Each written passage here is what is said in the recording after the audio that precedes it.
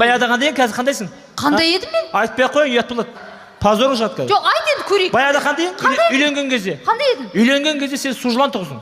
Шақпайтын ғой, уың жоқ еді ғой. Зәмзия шай ғой десем, мақұл деп, міне янынан бір өтесің, міне янынан бір өтесің. Уың жоқ еді ғой, су жылан сияқты едің. Үйленгеннен 3 жылдан кім болдың? Кім боппын? Оқ жылан болдың. Шықтың ғой, басың қақшаң.